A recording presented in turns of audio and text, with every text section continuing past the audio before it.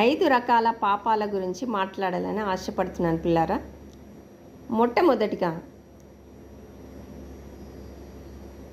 sin in deeds, secondly sin in words, thirdly sin in thoughts, fourthly sin in attitudes to people,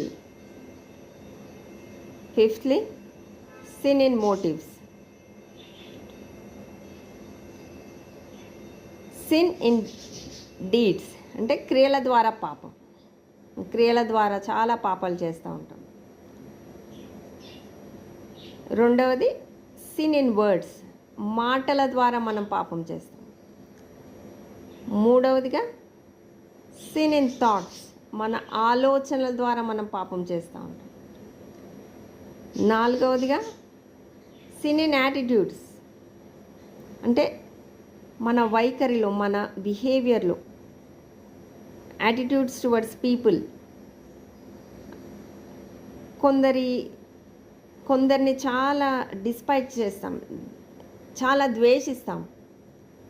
వాడు తక్కువ జాతి, వాడు తక్కువ కులస్తుడు, తక్కువ మతం, వాడి రేస్ వేరని, వాడి మతం వేరని, నేను వాడికంటే బెటర్ అని, వాడు ఇన్ఫీరియర్ అని, నేను సుపీరియర్ అని, అలా మన వైఖరి ద్వారా, మన యాటిట్యూడ్ ద్వారా ద్వేషం పెట్టుకుంటాం. ఇది కూడా ఒక రకమైన పాపం.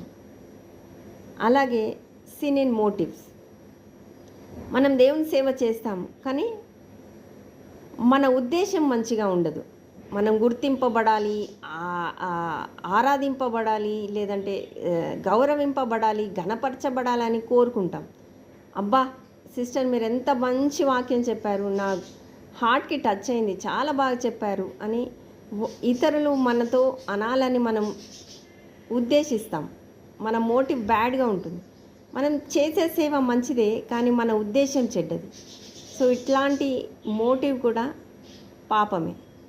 కాబట్టి ఈ 5 రకాల పాపాలు మనలో ఉండదని నేను కోరుకుంటున్నాను.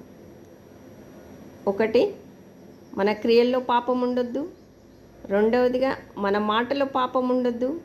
మూడవదిగా మన ఆలోచనలో పాపం ఉండకూడదు. నాలుగవదిగా మన వైఖరిలో, మన ఇతరులను మనం ఒక మనిషిని మనిషిలాగా చూడాలని నేను ఆశపడుతున్నాను. ఐదవదిగా మన ఉద్దేశాల్లో పాపం ఉండొద్దని.